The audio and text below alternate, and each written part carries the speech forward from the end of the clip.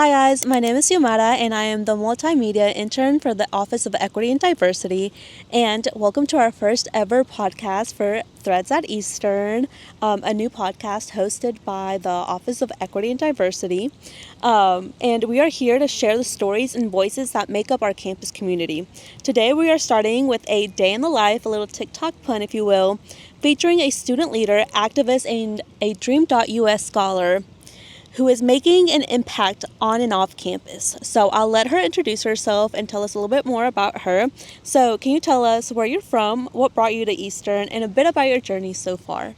Hi everyone, my name is Gabby or Gabriella. I'm a senior here at Eastern Connecticut State University. I'm currently an economics major with minors in public health and healthcare management.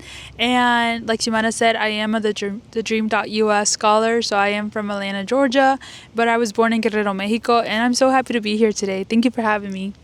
Yes, we are so happy for you to be our first person ever.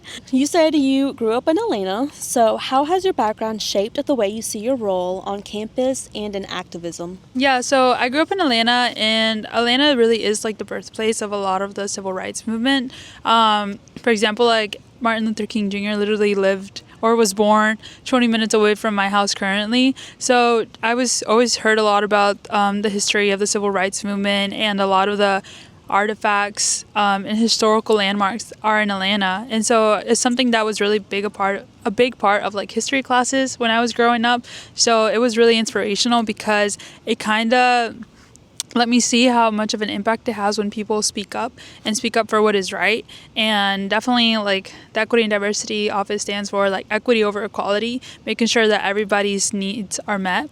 I think additionally, because I grew up in a major city, there was a lot of gentrification that I was directly impacted by. And so I thought for a long time that we didn't have a single say in any of the changes that were happening in the community. And so many of us, I come from an immigrant community, so many of us just thought, oh, like we can't say anything or else we're gonna get in trouble, like we have no choice but to move. And then somehow like some person showed up to our apartments and was like, hey, like y'all know y'all could have sued for this, right? Because they only gave y'all 30 days to move out and they kicked out everybody. And we were like, what? And so seeing like that we faced the consequences of not speaking up, or that as a community we didn't come together because of the fear of being like punished or just not being heard at all, and we were just scared nonetheless. And I was so young then that when he said like if y'all would have come together as a community, then there would have been positive changes rather than negative changes that impacted y'all altogether. And so I always know that it's not directly our fault, but like we could have made a little bit of some change together and kind of would have made our voices heard. And so kind of from there on, I was like, wait, like low-key, like I should always speak up even if nobody else is, just because like I might be the one person who says something. Sometimes when your teachers are like, all of y'all are thinking it, only one of y'all are going to ask it. That's how I kind of took it as well. And personally, like navigating my status in Atlanta, specifically Georgia, where we have a lot of inaccessible immigration policies for higher education for students. If you're undocumented or even if you have DACA, you aren't able to access in-state tuition. And so when it was my time to apply to colleges, which we know is already hard as it is, figuring out how to not pay international tuition, $100,000+ per year, when because even though you technically are an international student, but you don't have that international money after living in a state for so long, you're kind of just faced with that barrier and of like accessing higher education, and it also discourages you a lot. You're kind of like, wait, like I guess like going to college isn't for me at all. And so when I started speaking up about it, I didn't really get much help from my school directly. But thankfully, I did have my mentor, Miss Dulce, shout out to Miss Dulce, who had navigated the college experience already before. Like, I always brag about her. She moved to the U.S. when she was like 9 or 11. She learned the English language, and she somehow still graduated as valedictorian, number one of her graduating high school class, got a full ride to go to Syracuse University. Like, she's always such an inspiration to me. And so just seeing that, like, just having her by my side my whole college experience, and for her to be like, hey, like I think you should go to the north. Go to the north. You're gonna love it. And I was like, no, Miss Dulce, I want to stay. I want to stay in Atlanta forever. And so that's how I ended up at Eastern. She chose the school for me, which I am still grateful for it to this day because I love New England. I know Xiomara also loves New England now. I think we've done a lot to kind of explore New England as coming from the South. It's really hard to go to different states and explore in that way, but New England makes it so easy because I know we drive an hour and we're in Rhode Island or we're in Boston or something crazy like that. So I really enjoyed my time here too, and I know it's something we talk about a lot. Yeah, we love the trains. Oh, I love the train. But yeah, and so that seeing that kind of just shaped me all, I guess. To bring it back to the point, I guess Atlanta really allowed me to meet a lot of people and be led by change and by example as well. I went to a high school where all of us were kind of outspoken, very politically driven, if you will. We all thought we were big and bad at 16. But it's always motivated me because I'm oh my gosh, did you see what so and so did? She was able to change the dress code policy by doing a petition and stuff like that. And so and even seeing that small changes or just speaking out once can make a change kind of allowed me to become the activist I am and bring that to Eastern as well. And like you said, I feel a lot of your activist work has been shown on Eastern's campus as well as outside of it, just in the Willimantic community in general. And so I kind of want to touch more on that. If you guys did not know, Gabby is the president of Freedom at Eastern. And so as the president, can you tell us a little bit more about what, a day in your leadership role looks like? What is Freedom at Eastern too? And then are there any moments that really stick out to you, running the club? She, I think, has held every position ever. And so I just find that funny. But can you tell us a little bit more about that? Freedom at Eastern was actually one of the first orgs that Xiomara and I joined our first year of school. And it was the org we were the most committed to. We actually went to all the meetings every single week. And so I'm the president and Xiomara is my vice president. It's so funny because I'm we're not. I was as if we're not in the same club. Oh, okay. As if we don't live together. But no, yeah. Freedom at Eastern is the undocumented student organization on campus that works towards creating safe spaces for undocumented students as well as advocating for changes for them. And I take that very close to my heart. I love the fact that we get to create a safe space for a lot of the students, or a lot of our members are the Dream.us scholars, and so a lot of us are 10 plus hours away from home. Personally, I'm 18. It's not a competition. And so just knowing that a lot of us can't go back to home frequently, or a lot of us decided to make that sacrifice of moving so far away, not knowing anybody at the school. I know my first time at Eastern was when I was moving in. Yeah, me too. I did the virtual tour on Eastern's website, and that was my first time just seeing the campus. But other than that, I didn't do the student, what is it called? SOAR session. The SOAR sessions or anything like that, but it's just taking a chance and doing it. Yeah, we were so confused when we got here. I had to look for the student center and I ended up at Constitution. The cleaner lady let me in and everything. It was crazy. And I always think about that. But yeah, so we strive towards creating safe spaces for students, especially it's more vital more than ever now, just because of the current administration. And also I feel personally there's been a shift of I guess directly supporting immigrants, and especially immigrant students, to proving that you're an ally, and that all of a sudden it's oh, I stand with immigrants this, I stand with immigrants that. And it's a lot of the resources that I see on Instagram being shared is more how to be an ally, how to protect immigrants, how to support immigrants, rather than uplifting our voices and continuing to share our stories. There's a lot of fear around that now because people have taken that platform away from us. And so this school year, I decided, you know what, I'm going to focus on just doing fun events that we can talk about our experiences. I don't care who else joins as long as there are students who this will directly serve. And so, and as well as continuing to advocate for ourselves and showing people how quick and easy it is to share a bit of immigrant resilience. And so I guess my favorite event so far this school year has been our Roses for Resilience event. And so I was like, oh my gosh, I literally want to give out roses. And so I did that.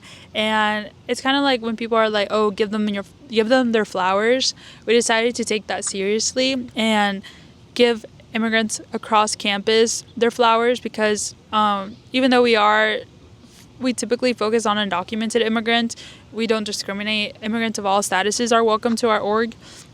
And so just highlighting that resilience and just handing people a rose, and that way also promoting our club, just to show students who might not have Instagram or something, like, hey, like, there's a safe space for you on campus, and they do fun events.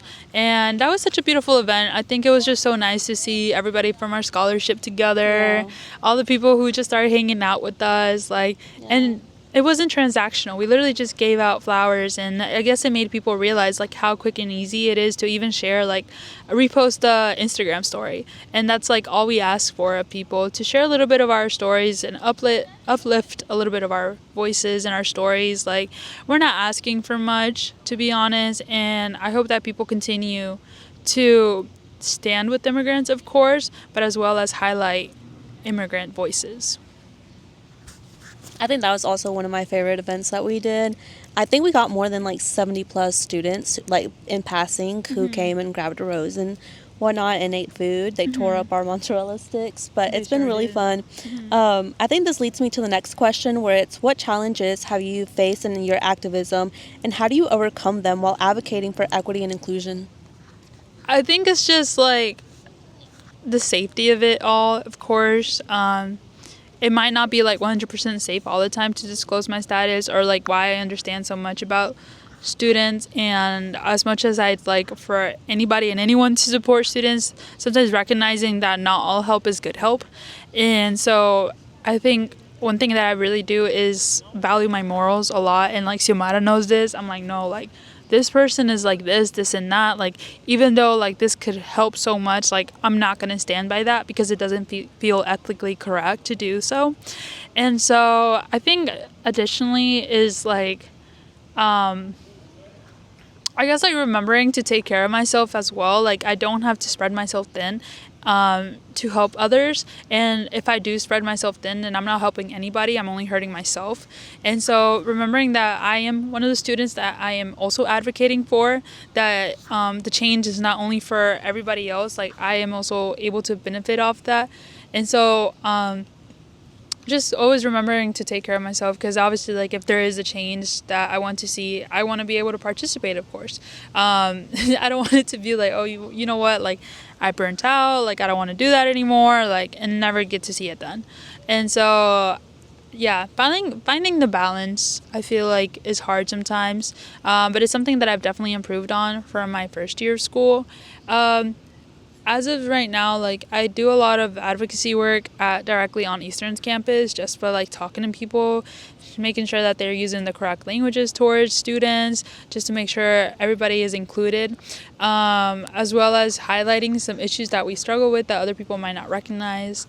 And then I also do a little bit in Willimantic, downtown Willimantic, by like attending town hall meetings, or just like meetings that basically, like, the town comes together and is like, wait, like, what are we going to do about this guy? And what are we going to do about this guys? And how do we take action? How do we continue protecting the community we care about? And I do a lot of stuff on like social media as well, which like right now it might not be like 100% safe space, but it's still something that I try to use by using the correct language, as I said.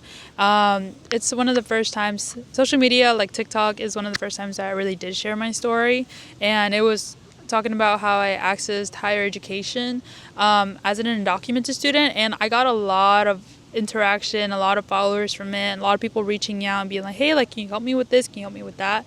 And so realizing that like not all the change that you want to do as an activist has to be big, broad, and like you don't have to have like the red carpet out or anything.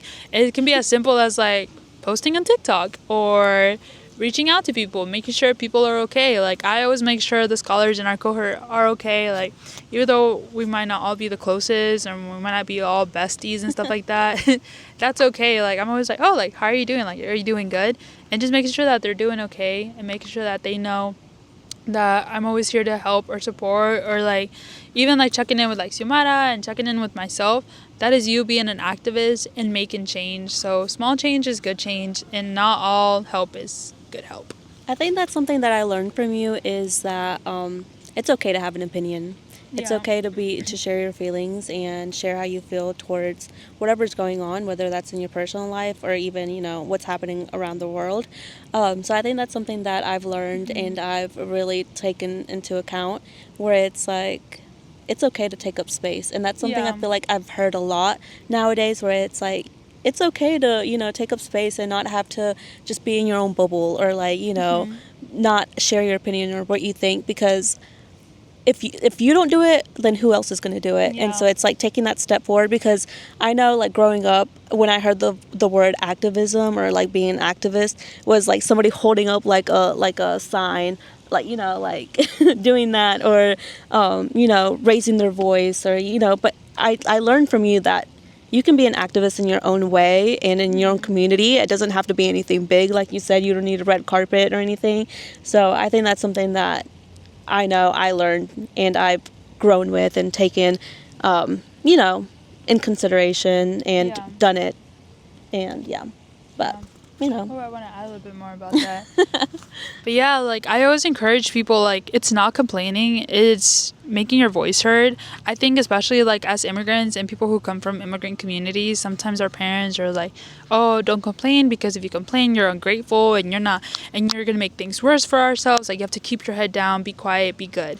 And like, my parents were like the complete opposite. They're like, well, if you think it's wrong, why don't you say something? And I was like, you are so right. Like, and like in middle school, I was just so loud and opinionated, and high school too, and I was just always like so outspoken. Like, my nickname in elementary school was Loudness.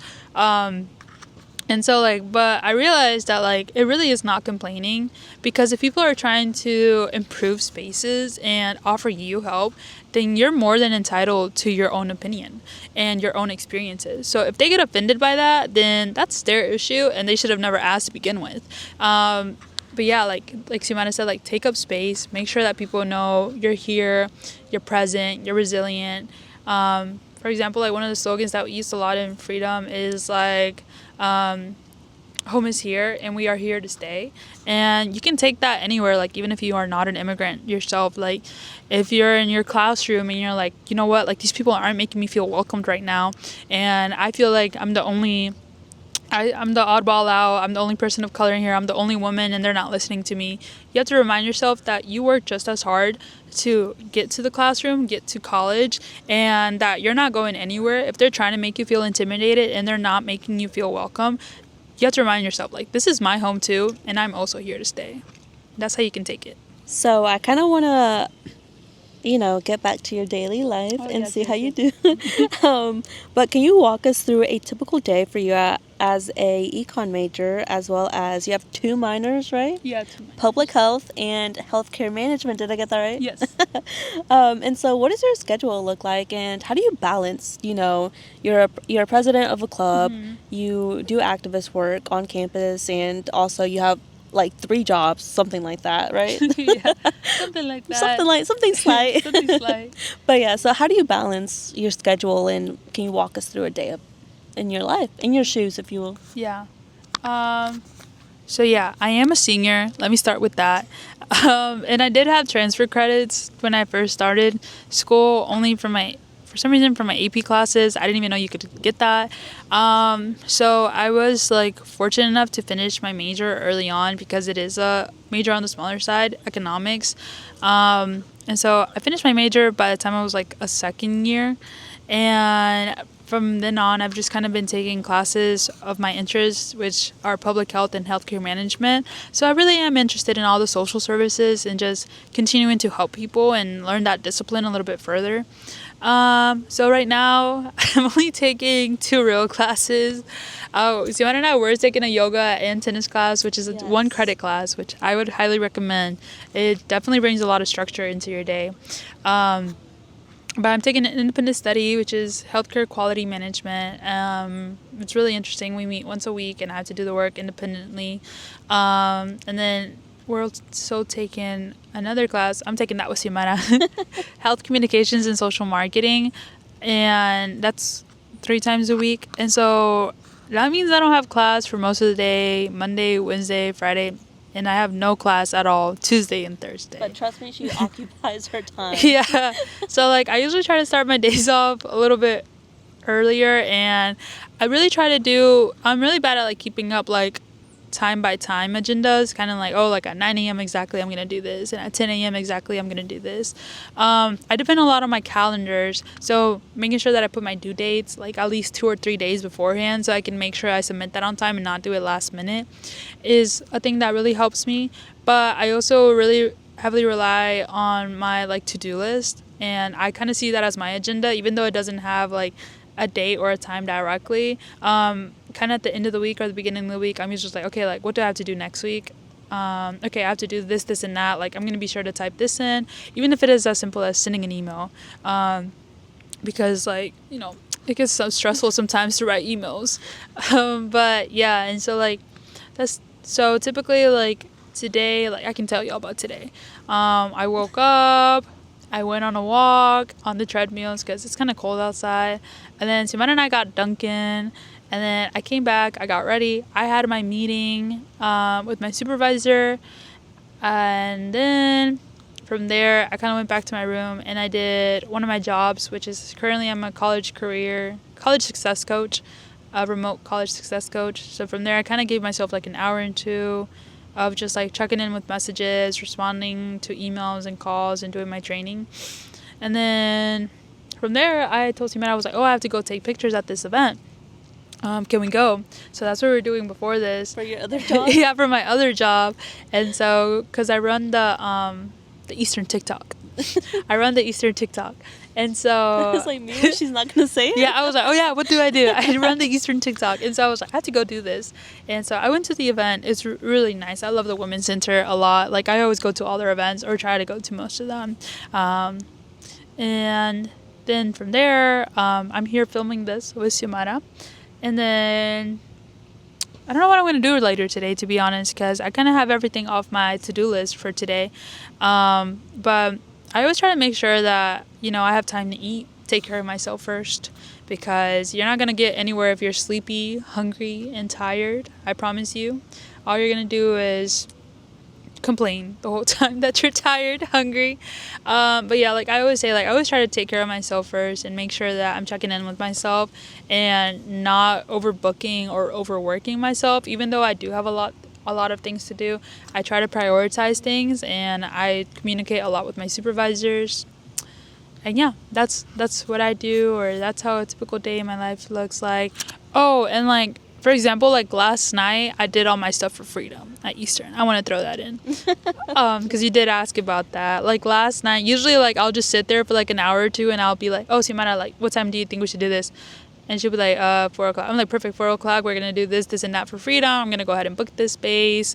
I'm going to double check our budget. I think we need to reallocate money for this and stuff like that. So being president is just kind of a lot of work, but I like doing it, and it's something that I've enjoyed doing for the past 2 years. So that's a day in my life. I feel like you do a lot in your days. I feel like today was a chill day, but she's normally out and about, y'all. You can see her everywhere. But I think this is just like a fun question that I want to ask you just to close off the episode. I think we had really good topics, and I hope you guys take something from this, truly. But my next question is, if you could describe your life at Eastern in one word or one moment, or one moment, what would it be? One moment or one word? Yeah, either or. Yeah.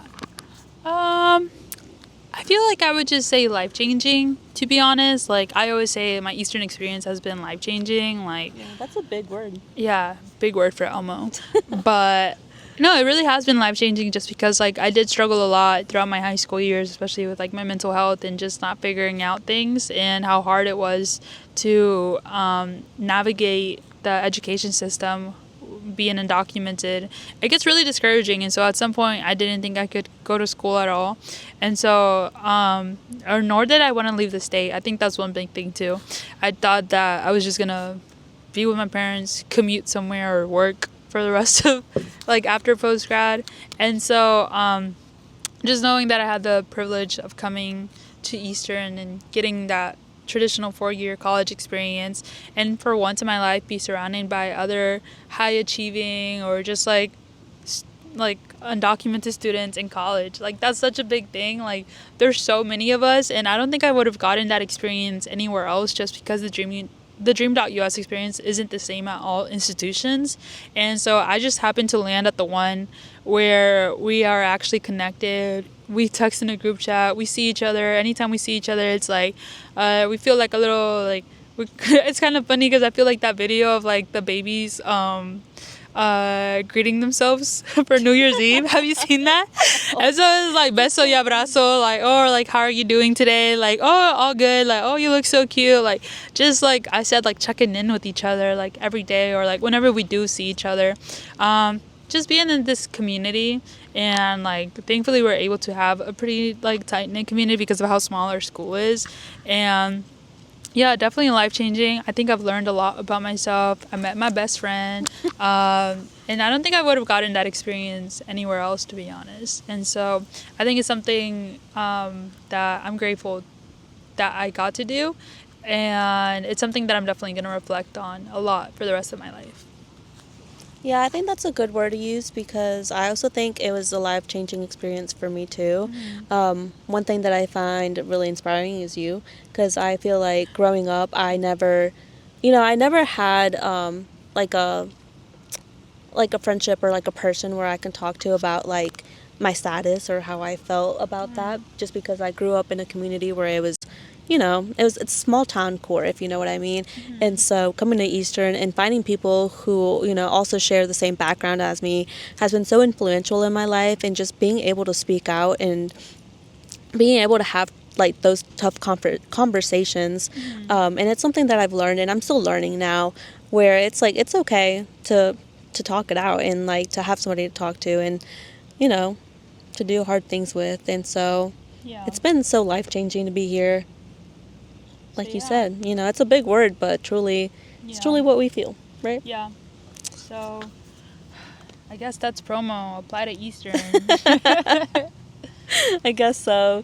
But yeah, so thank you so much, Gabby, for coming on our first ever episode for Threads at Eastern. And if you guys are interested in being in the next episodes, please check out our Instagram at ECSU Equity and Diversity.